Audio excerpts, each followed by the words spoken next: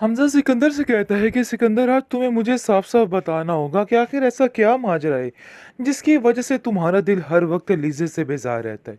तुम क्यों उसके पीछे हाथ धो के पड़ गए हो? अरे भाई, उसकी जान के दुश्मन बनना छोड़ दो। छोड़ दो उसकी जान। पता नहीं क्या हो गया है तुम्हें। क्यों तुम बार बार ऐसी बात करते हो कि मेरा दिल तुमसे उचाट हो जाता है। जिसको सुनकर वो कहता है कि तुम नहीं समझ पा रहे हो कि किस कदर चालाक औरत है ये, और अपनी आय के लिए, अपने मकसद के लिए कुछ भी कर सकती है। मैं तो इस पे कतई यकीन नहीं कर सकता। पता नहीं कैसे तुम आंखें बंद करके उसकी हर बात माने चले जा रहे हो।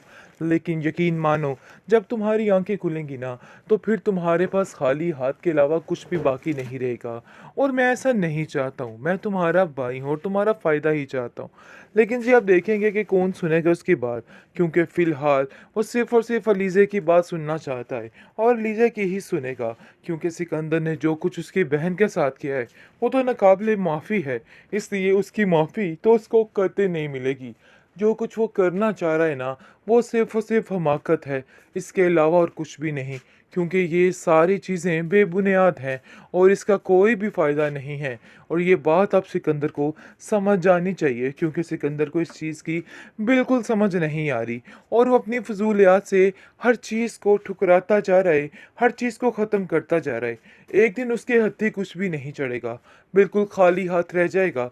काश इसको अभी इस चीज़ की समझ आ जाए और अपने गुनाहों की माफ़ी मांग ले। लेकिन इसका गुनाह इतना छोटा नहीं था कि इसको अलीज़े माफ़ भी कर दे।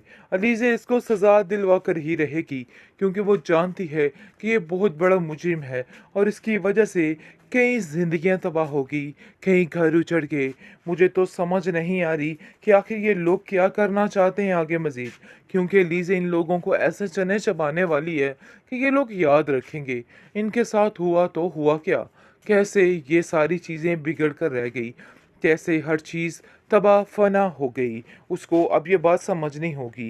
लेकिन जी, आप देखेंगे कि हमज़ा के दिलो दिमाग पे अब सिर्फ अलीज़े की बातें सवार करती हैं, किसी की कोई बात का असर नहीं है। अब ये बात समझ जानी चाहिए सबको कि जो कुछ भी हो रहा है, इस मामलात को मामलात पर ही रहने दे, क्योंकि अब उल्टी बात की तो कोई बर्दाश्त नहीं करेगा। लेकिन मजबूरी में आकर हमज़ा के बाप को इस बात को तस्लीम करना पड़ रहा है कि नहीं, अलीज़े की बात इस घर में सुनी जाएगी, चाहे जो मर्ज़ी हो जाए। क्योंकि अब अलीज़े की बात को अहमियत देना उन लोगों का अवलीन फ़र्ज़ बन चुका है। अगर वो उसकी बात का ध्यान नहीं देंगे, तो ज़लील ख़ुआर होते रहेंगे। और वैसे भी हमज़ा ने साफ साफ कहा है कि अगर अब कोई ज़्यादती अलीज़े के साथ इस घर में हुई, तो वो कभी बर्दाश्त नहीं करेगा, बल्कि इन लोगों का दो टोक जवाब देगा। और उसने अपने घर वालों के भी कान खोलने शुरू कर दिए हैं कि भाई, ये बात अपने जहन में बिठा के रखो। आइंदा कोई भी एलिज़े के बारे में कोई फजूल बात नहीं करेगा, जिससे अब सब मोहतात हो चुके हैं और सबको समझ आ चुकी है कि नहीं भाई, कोई ऐसी फजूल बात नहीं करनी है जिसकी वजह से मामलात ख़राब हों। तो इसलिए अब सोच समझ के सब कुछ करना होगा। सिकंदर की माँ सिकंदर को समझाती है कि बेटा, अब ये फजूल बातें छोड़ दो और अपने दिल से सारे वहमो गुमान निकाल दो। जो कुछ भी हुआ सो हुआ, लेकिन अब जो जैसा चल रहा है ना, उसको वैसा ही चलने दो। ज़्यादा बोलोगे या कुछ करोगे तो मामला वाकई में ख़राब होगा, और मैं ऐसा कुछ नहीं चाहती। ख़ास तौर पर आप दोनों भाइयों के दरमियान फूट दिलवाना तो बिल्कुल भी नहीं चाहती। तो इन सब चीज़ों की बेहतरी के लिए अब तुम्हें खामोश रहना है और इस चीज़ को एक्सेप्ट कर लेना है कि वाकई में लीज़े अब इस घर में आ चुकी है और इस घर की बहू है। ये बात तुम्हारे लिए मानना बहुत ज़रूरी हो चुका है। हमज़ा सिकंदर से कहता है कि सिकंदर, आज तुम्हें मुझे साफ साफ बताना होगा कि आखिर ऐसा क्या माजरा है जिसकी वजह से तुम्हारा दिल हर वक्त लीजे से बेजार रहता है। तुम क्यों उसके पीछे हाथ धो के पड़ गए हो? अरे भाई, उसकी जान के दुश्मन बनना छोड़ दो। छोड़ दो उसकी जान। पता नहीं क्या हो गया है तुम्हें। क्यों तुम बार बार ऐसी बात करते हो कि मेरा दिल तुमसे उचाट हो जाता है। जिसको सुनकर वो कहता है कि तुम नहीं समझ पा रहे हो कि किस कदर चालाक औरत है ये, और अपनी आय के लिए, अपने मकसद के लिए कुछ भी कर सकती हो। मैं तो इस पे कतई यकीन नहीं कर सकता। पता नहीं कैसे तुम आंखें बंद करके इसकी हर बात माने चले जा रहे हो। लेकिन यकीन मानो, जब तुम्हारी आंखें खुलेंगी ना, तो फिर तुम्हारे पास खाली हाथ के अलावा कुछ भी बाकी नहीं रहेगा। और मैं ऐसा नहीं चाहता हूँ, मैं तुम्हारा भाई हूँ और तुम्हारा फ़ायदा ही चाहता हूँ। लेकिन जी, आप देखेंगे कि कौन सुनेगा उसकी बात, क्योंकि फ़िलहाल वो सिर्फ़ और सिर्फ़ अलीज़े की बात सुनना चाहता है और अलीज़ा की ही सुनेगा, क्योंकि सिकंदर ने जो कुछ उसकी बहन के साथ किया है, वो तो नाक़ाबिले माफ़ी है, इसलिए उसकी माफ़ी तो उसको कतई नहीं मिलेगी। जो कुछ वो करना चाह रहा है ना, वो सिर्फ़ और सिर्फ़ हमाकत है, इसके अलावा और कुछ भी नहीं, क्योंकि ये सारी चीज़ें बेबुनियाद हैं और इसका कोई भी फ़ायदा नहीं है। और ये बात अब सिकंदर को समझ जानी चाहिए, क्योंकि सिकंदर को इस चीज़ की बिल्कुल समझ नहीं आ रही और वो अपनी फ़ज़ूलियात से हर चीज़ को ठुकराता जा रहा है, हर चीज़ को ख़त्म करता जा रहा है। एक दिन उसके हत्थी कुछ भी नहीं चढ़ेगा, बिल्कुल खाली हाथ रह जाएगा।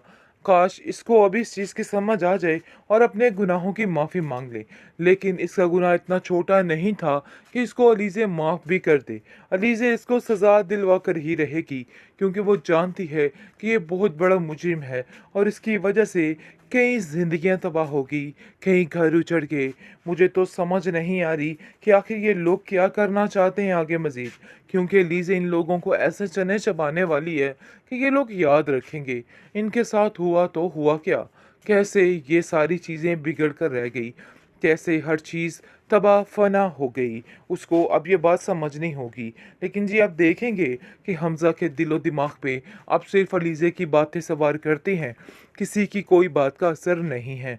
अब ये बात समझ जानी चाहिए सबको कि जो कुछ भी हो रहा है, इस मामलात को मामलात पर ही रहने दें, क्योंकि अब उल्टी बात की तो कोई बर्दाश्त नहीं करेगा। लेकिन मजबूरी में आकर हमज़ा के बाप को इस बात को तस्लीम करना पड़ रहा है कि नहीं, अलीज़े की बात इस घर में सुनी जाएगी, चाहे जो मर्ज़ी हो जाए, क्योंकि अब अलीज़े की बात को अहमियत देना उन लोगों का अवलीन फ़र्ज़ बन चुका है। अगर वो इसकी बात का ध्यान नहीं देंगे, तो ज़लील ख़ुआर होते रहेंगे। और वैसे भी हमज़ा ने साफ-साफ कहा है कि अगर अब कोई ज़्यादती अलीज़े के साथ इस घर में हुई, तो वो कभी बर्दाश्त नहीं करेगा, बल्कि इन लोगों का दो टोक जवाब देगा। और उसने अपने घर वालों के भी कान खोलने शुरू कर दिए हैं कि भई ये बात अपने ज़हन में बिठा के रखो। आइंदा कोई भी एलिज़ा के बारे में कोई फ़ज़ूल बात नहीं करेगा, जिससे अब सब मुहतात हो चुके हैं और सबको समझ आ चुकी है कि नहीं भई, कोई ऐसी फ़ज़ूल बात नहीं करनी है जिसकी वजह से मामलात ख़राब हों। तो इसलिए अब सोच समझ के सब कुछ करना होगा। सिकंदर की माँ सिकंदर को समझाती है कि बेटा, अब ये फ़ज़ूल बातें छोड़ दो और अपने दिल से सारे वहमो-गुमान निकाल दो। जो कुछ भी हुआ सो हुआ, लेकिन अब जो जैसा चल रहा है ना, उसको वैसा ही चलने दो।